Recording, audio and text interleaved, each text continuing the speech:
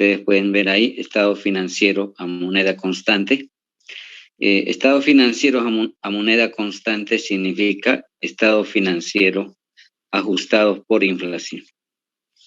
Ahí textualmente nos dice los estados financieros preparados de conformidad con principios de contabilidad generalmente aceptados y normas contables presentarán cifras ajustadas por inflación, o sea, a moneda constante, o por valores corrientes según el método adecuado adoptado. Los estados financieros podemos ajustar por esos tres modelos que ustedes pueden ver. El modelo E podríamos ajustar por índice y para ello se utiliza unidad de fomento de vivienda. Y el modelo G, también los estados financieros podríamos ajustar bajo el modelo G a valores corrientes.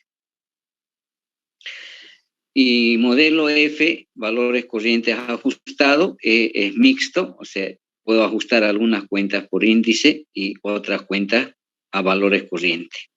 Y el más utilizado es normalmente en la práctica el modelo F, ¿no? Porque hay empresas que ajustan algunas cuentas por índice y otras cuentas lo van ajustando a valores corrientes, ¿no?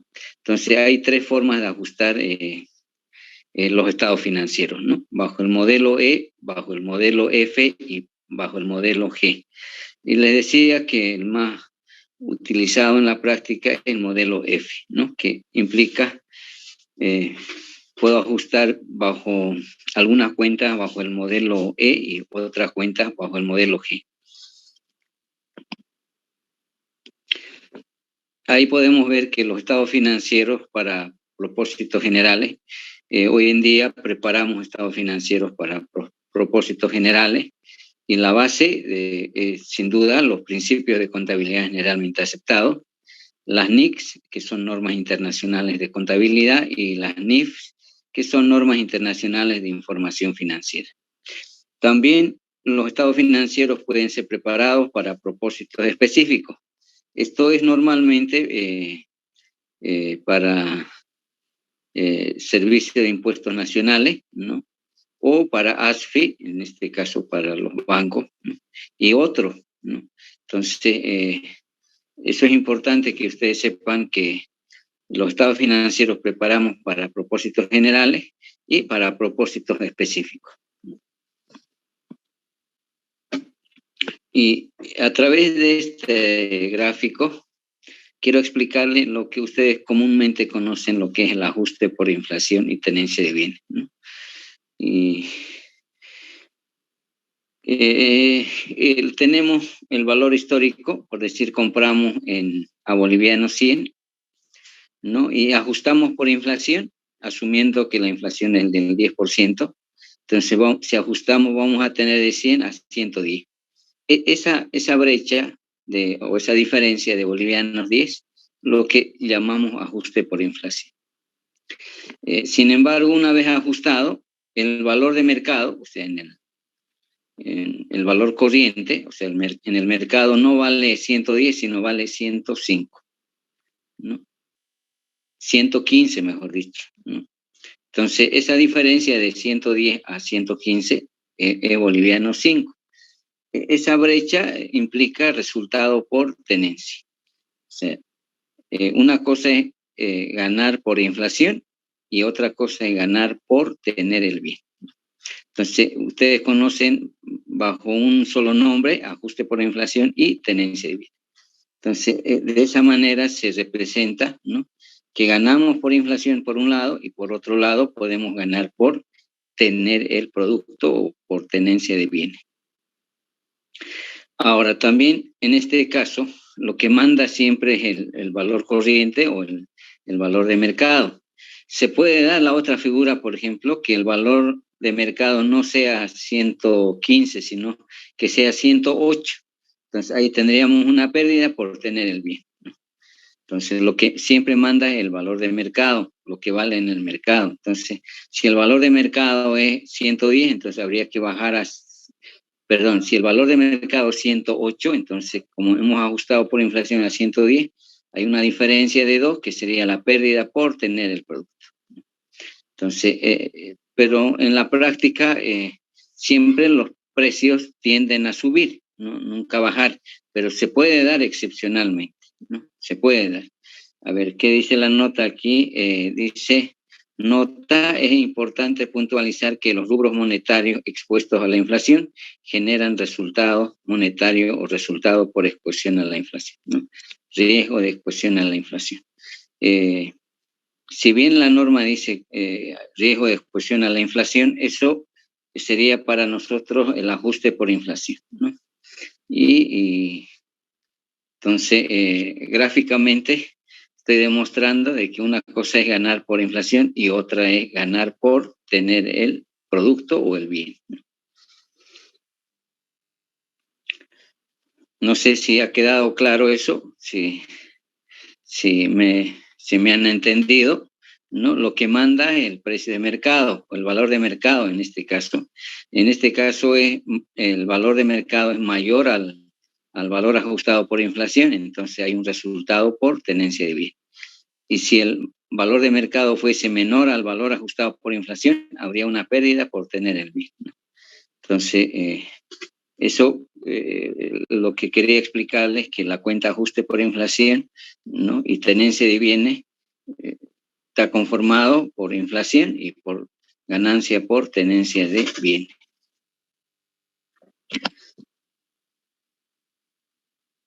Estos son los tres modelos. Hay varios modelos, por ejemplo, en Argentina manejan diferentes modelos de los estados financieros, ¿no? Y lamentablemente en nuestro país no lo utilizan. Sin embargo, en Argentina se generan estos estados financieros bajo diferentes modelos contables, ¿no? Y a ver si podemos ver, ¿no? El tema de la ganancia, el concepto de ganancia, hay que definirlo de la siguiente manera. Dice, existe ganancia cuando se ha producido un incremento patrimonial no atribuible a aporte de los propietarios. O sea, es el monto excedente de lo necesario para mantener el capital financiero. Entonces, podríamos decir, por ejemplo, que si yo tenía un capital y ahora el capital inicial y hay una ganancia de 20, entonces mi capital sería 120, ¿no? Pero ese incremento no tendría que ser atribuible a aportes de capital, ¿no? No sucede lo mismo con la utilidad, por eso que el concepto de ganancia hay que manejarlo. La utilidad normalmente está sujeto a una serie de deducciones. Por ejemplo, sobre la utilidad se puede constituir una reserva legal, ¿no? Entonces va a disminuir. En cambio, la ganancia realmente lo que incrementa en el capital. Si yo tenía 100 de capital y mi ganancia es 20, entonces 120, pero ese incremento, dice, no tendría que ser atribuible a aportes de capital, ¿no? De los propietarios. Eso quiere decir, ahora, la clasificación adecuada, ¿no? Rubros monetarios, ¿no? Hay rubros monetarios que están expuestos totalmente a la inflación y hay expuestos parcialmente, ¿no? Y rubros no monetarios, no expuestos y expuestos parcialmente. Entonces, cuando hablamos de los rubros monetarios, ¿no? Hay cuentas que están expuestos totalmente, ¿no? A la inflación. Caso, moneda, todo lo que es en moneda nacional, ¿no? Y parcialmente cuando está en moneda extranjera o en otro tipo de moneda, digamos, por ejemplo, puede ser que esté expresada en unidad de fomento de vivienda, entonces está parcialmente expuesto. Y los rubros no monetarios, ¿no? No están expuestos o expuestos parcialmente, ¿no? En el caso de rubros no monetarios son los que se ajustan, ¿no? Estamos hablando de las cuentas de inventario, inversiones, activo fijo, todas las cuentas de resultado, todas las cuentas del patrimonio, ¿no? Y todas las cuentas del patrimonio y todas las cuentas del estado de resultados son no monetarios. Al ser no monetarios, son sujetos a ajuste o actualización, ¿no? Actualización, ¿no?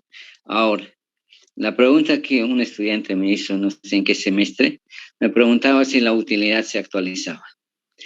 Si decimos que todas las cuentas de resultados son no monetarios, entonces está sujeto a actualización. Pero aquí hay un detalle. Si yo tengo una utilidad a fin de año, entonces si voy a actualizar, me va a dar el mismo resultado porque estoy actualizando a la fecha de cierre, ¿no? La utilidad se determina a la fecha de cierre. Entonces, si yo tengo una utilidad de 500, actualizo en función a unidad de fomento, me va a dar el mismo resultado. O sea, no tiene ningún efecto, pero se actualiza, ¿no? Ahora, también en este tema de la utilidad, yo no sé de dónde viene, pero la verdad que hay muchas preguntas que me hicieron. ¿Cómo registro la utilidad? La utilidad no se registra, joven. La utilidad surge como diferencia entre los ingresos y los gastos, ¿no? Y con esa diferencia igualamos el balance general, ¿no? Entonces, la utilidad no se registra contablemente, ¿no?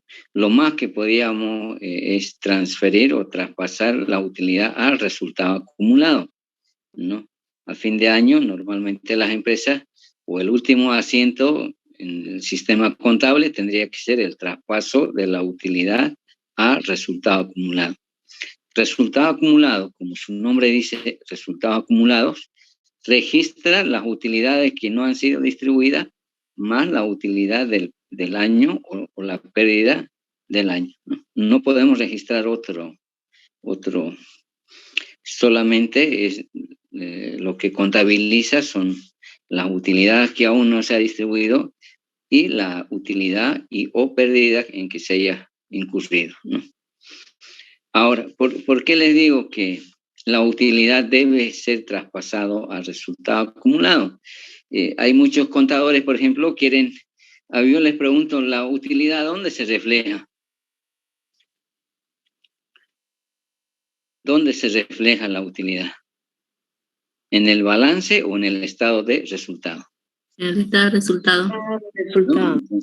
Entonces, es una cuenta de resultados la utilidad, ¿no? Y en el balance no tiene que existir, ¿no? Pero hay muchos contadores y auditores que quieren exponer en el balance y eso puede traer confusión. Y no solamente confusión, por ejemplo, si exponemos en el balance, en el patrimonio resultado acumulado 10 y la utilidad 5, entonces como resultado acumulado se tiene que actualizar cada mes o cada día, entonces si no hacemos el traspaso de la utilidad al resultado acumulado se va a actualizar de menos 5, porque si era 10, digamos, el resultado acumulado, con el traspaso de la utilidad ya hubiera sido 15. Entonces, no es lo mismo actualizar 15 que actualizar 10. Entonces, esos son los problemas que en la práctica se presentan y de ahí surge una diferencia y que como ajuste de auditoría, ¿no? Entonces, siempre es bueno que la utilidad se traspase a resultado acumulado, ¿no? Y resultado acumulado se va a actualizar correctamente, ¿no? Entonces, ¿por qué? Porque es no monetario y al ser no monetario está sujeto a actualización.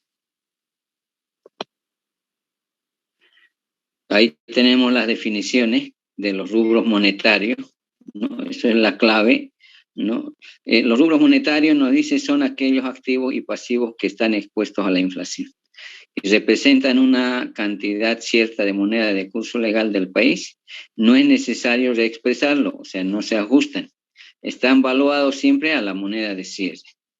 ¿Qué significa eso? Si ustedes me prestan 100 bolivianos, de aquí a un año yo les voy a devolver exactamente los 100 bolivianos. Esos 100, por ejemplo, hoy en día se podía comprar varios productos. Cuando yo los devuelva de aquí a 2 años ya no van a volver a comprar los mismos productos. Entonces, ahí hay que analizar cuándo se pierde, digamos, y cuándo se gana, ¿no? Entonces, en cuanto a los rubros no monetarios, textualmente nos dice son aquellos activos y pasivos y otras cuentas patrimoniales que no están expuestos o están expuestos, parcialmente expuestos a la inflación. Conservan su valor intrínseco y por tanto necesitan ser reexpresados, es decir, todos los rubros no monetarios se ajustan. Un activo o pasivo puede puede estar afectado por el alza en el nivel general de los precios o por el aumento del valor razonable de mercado, valor corriente. Estamos hablando de la inflación, ¿no? Cuando dice que la inflación es la pérdida del poder adquisitivo de la moneda o incremento en el nivel general de los precios, ¿no? Entonces, todos los rubros no monetarios son sujetos a actualización o ajuste. Se ajustan, ¿no? Ahora, por eso les decía que todas las cuentas de resultados son monetarios y se debería ajustar. Y yo estoy seguro que ustedes nunca lo han ajustado al estado de resultado, ¿no? Ahí hay un incumplimiento a la norma contable, ¿no? Y eso ustedes tienen que ver. Seguramente nunca han ajustado al estado de resultado. Al ser no monetario, se tiene que ajustar, sí o sí. En algunas empresas, por ejemplo, dice en una nota, dice la no actualización del resultado, del estado de resultados, ¿no? Implica una diferencia que hubiera sido afectado, dice, la utilidad del año en aproximadamente tanto, dice, ¿no? Cuantifican, ¿no? En qué importe en qué importe afectaría el resultado del año por no haber actualizado el estado de resultado. O sea, lo dicen en una nota. Y hay empresas que ajustan estado de resultados, ¿no? Y hay otros que no están ajustando en la práctica, ¿no? Ahora, ustedes son conscientes si han ajustado alguna vez el estado de resultado, ¿no? Y si no lo han hecho, estamos incumpliendo las normas contables, ¿no? ¿Y qué significa eso? Hay que ajustar las ventas, hay que ajustar las compras, los costos de ventas, etcétera, ¿no? Ahora, al final, la cuenta de ajuste por inflación y tenencia de bienes, al final el efecto debería ser cero. Sin embargo, siempre ustedes van a ver con un saldo, ya sea deudor o acreedor, ¿no? Es porque el estado de resultado no se ajusta, ¿no? O se ajusta en función al promedio del mes, ¿no? Por ejemplo, hay muchas empresas que lo ajustan en función al promedio de unidades de fomento de vivienda, ¿no? Del mes, ¿no? Aplican promedio. Entonces, eso hace de que haya una diferencia y la cuenta de ajuste por inflación va a tener un saldo, ya sea deudor o acreedor, ¿no? Dependiendo, ¿no? de la actualización de las cuentas de activo, del pasivo, de resultados, etcétera.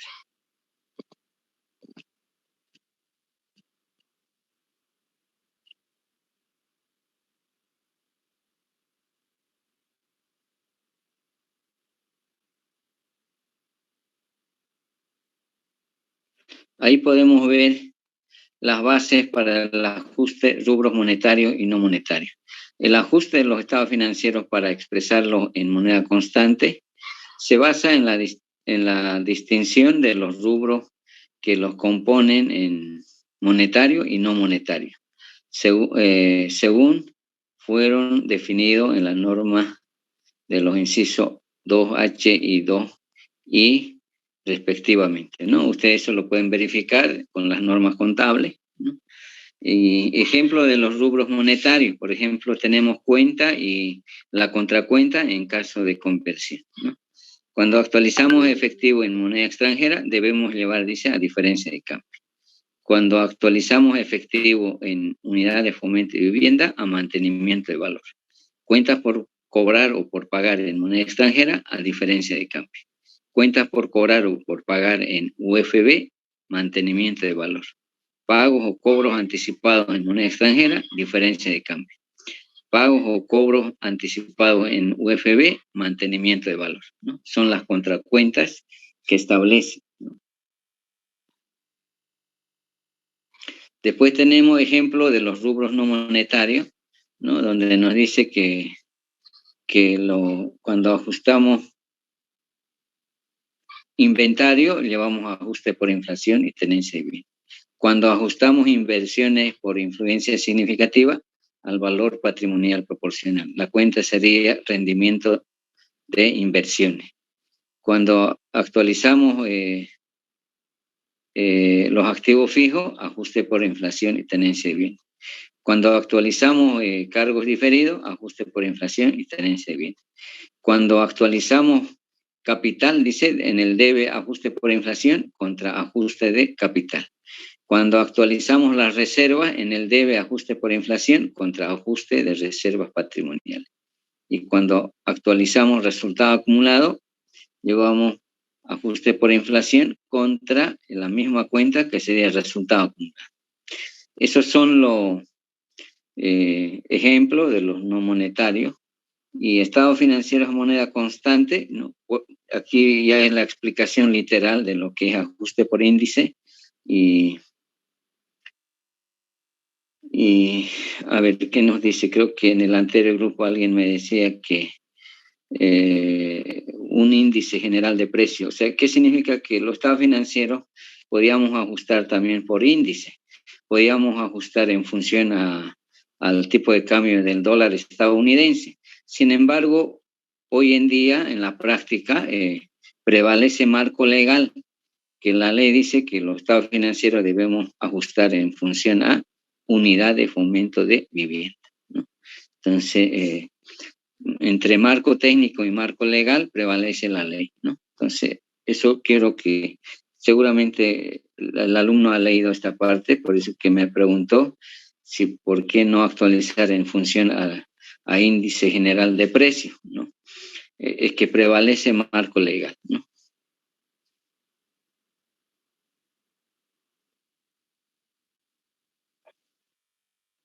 El límite de ajuste, como límite máximo de los valores ajustados, en relación a la tradicional comparación de costo o mercado, el que fuera menor, se debe entender a la comparación entre los nuevos valores a moneda constante y valor recuperable de dichos activos. Como valor recuperable se debe entender el mayor entre el valor neto de realización y el de utilización económica.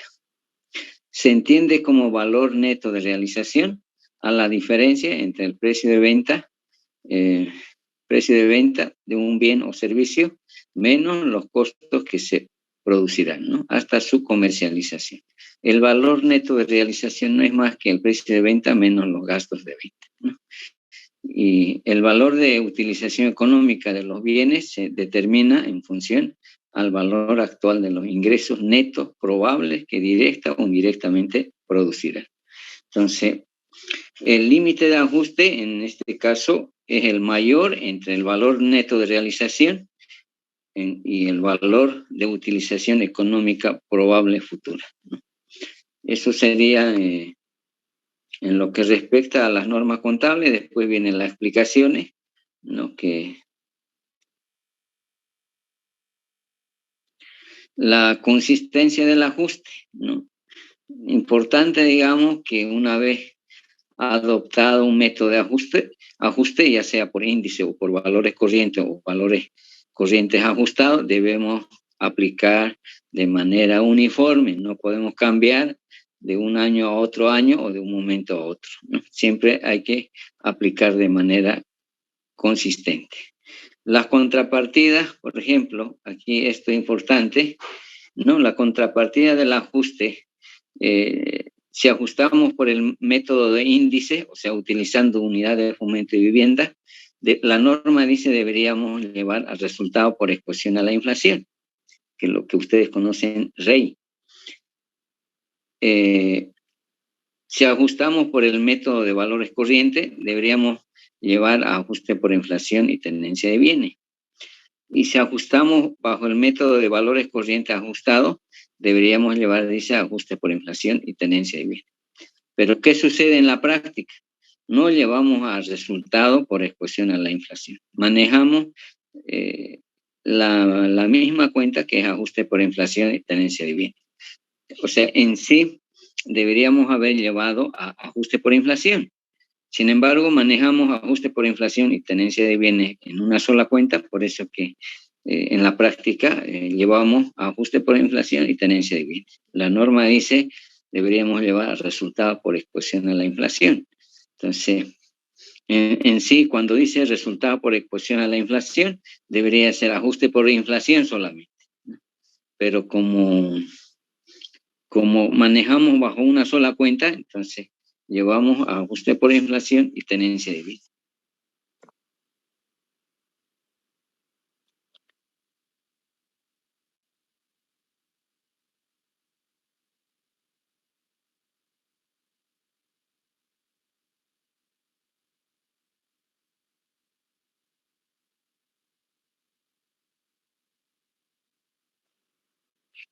Este es un ejemplo, ¿no? Si yo tengo el valor histórico 100 y ajusto por inflación, voy a tener una ganancia por inflación de 10.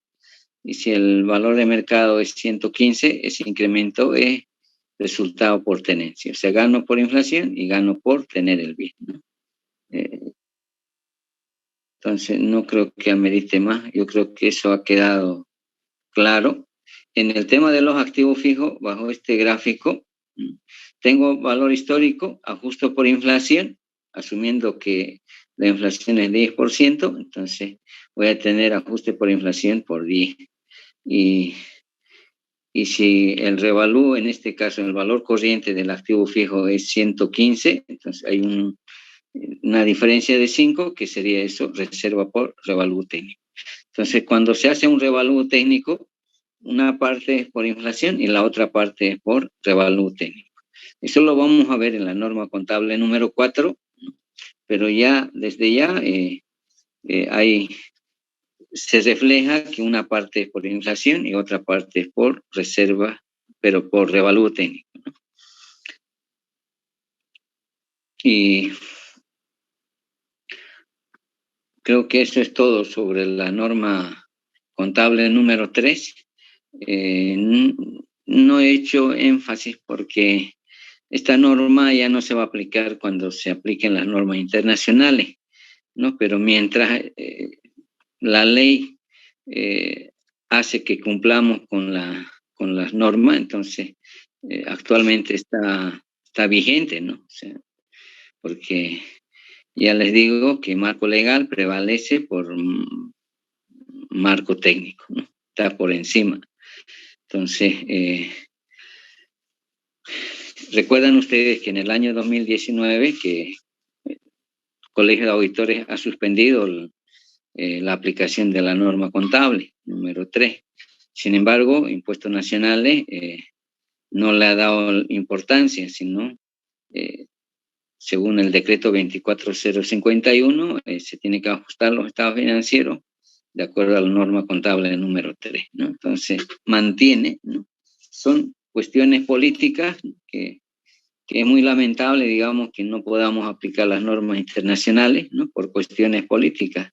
Y Bolivia es el único país que no aplica las normas internacionales, ¿no? Y ahora también en Chile ya se aplicó hace ya más de 8 años y me dicen que siguen todavía con algunos problemitas, ¿no? Eso a mí me hace ver de que la aplicación de las normas internacionales no es de la noche a la mañana, eso es un proceso que va a meritar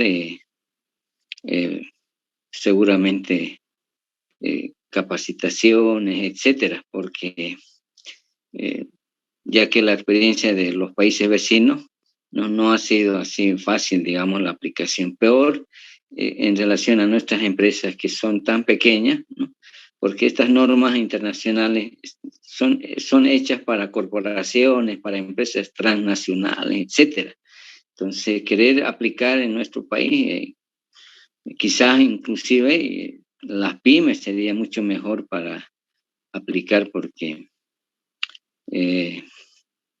esas normas van a quedar muy grandes, no para todas, pero nuestras empresas en Bolivia son relativamente pequeñas en comparación a esas empresas transnacionales, corporaciones enormes, ¿no? Entonces, pero eso no implica también que no tengamos que aplicar, porque las normas internacionales hay que adecuarlas de acuerdo a la realidad de cada empresa, ¿no? Entonces, en eso yo creo que el colegio tiene que ver mucho, digamos, ¿no? En adecuar las normas de acuerdo a nuestra realidad del país, ¿no? Entonces, Ojalá se dé esa situación, porque no solamente es capacitar las normas internacionales, sino el problema va a ser la aplicación de dichas normas internacionales en las diferentes empresas. Entonces, jóvenes, no sé si tienen alguna pregunta sobre la norma contable. La norma contable número 4 está referido a revalorización de activos fijos. Yo les sugiero, léanlo, ¿no? Para que ustedes tengan una idea, porque yo lo que voy a hacer es una sinopsis, una síntesis de lo que es la norma 4, ¿no? Entonces, es responsabilidad de cada uno de ustedes para apoyar, digamos, ¿no? Lo que estamos viendo, porque no nos podemos detener mucho tiempo, porque esto no es auditoría, no son las normas contables, y que es necesario hacer un resumen, sí, digamos, ¿no? Como recordatorio, ¿no? Sin embargo, algunos tienen esos vacíos, ¿no? Y eso es bueno, digamos, que sepan, ¿no? Y ayúdenme con la lectura de la norma contable número 4, ¿no? Y si no lo hacen, bueno, yo no puedo hacer más, ¿no? No puedo hacer más, ¿no? Ya depende de la responsabilidad de cada uno de ustedes, ¿ya? Entonces, jóvenes, me gustaría que ustedes lean la norma contable número 4 y lo vemos, digamos, la próxima, porque no solo depende de mí, del profesor, sino también depende de cada alumno cómo lo toma la materia, ¿no? Para que así se pueda mejorar, ¿no? ¿Cuál es nuestro objetivo de los profesores? De que los alumnos sean mucho mejor que el profesor, ¿no? Entonces, para ello se requiere apoyo de cada uno de ustedes, ¿no? Con la lectura, ¿no? Y por ejemplo, en el anterior grupo me preguntaron sobre el índice de precio al consumidor, entonces seguramente ha revisado y por eso que él dijo por qué no se ajusta en función a IPC. Lo que pasa es que marco legal está por encima del marco técnico. La norma contable número 3 es marco técnico, ¿no? Y como la ley está por encima, entonces prevalece marco legal, ¿no? No sé si eso me han entendido, ¿no? Cuando me dijo que por qué no se actualizaba a IPC, eso significa que él ha repasado y ha leído, ha revisado la norma contable número 3, ¿no?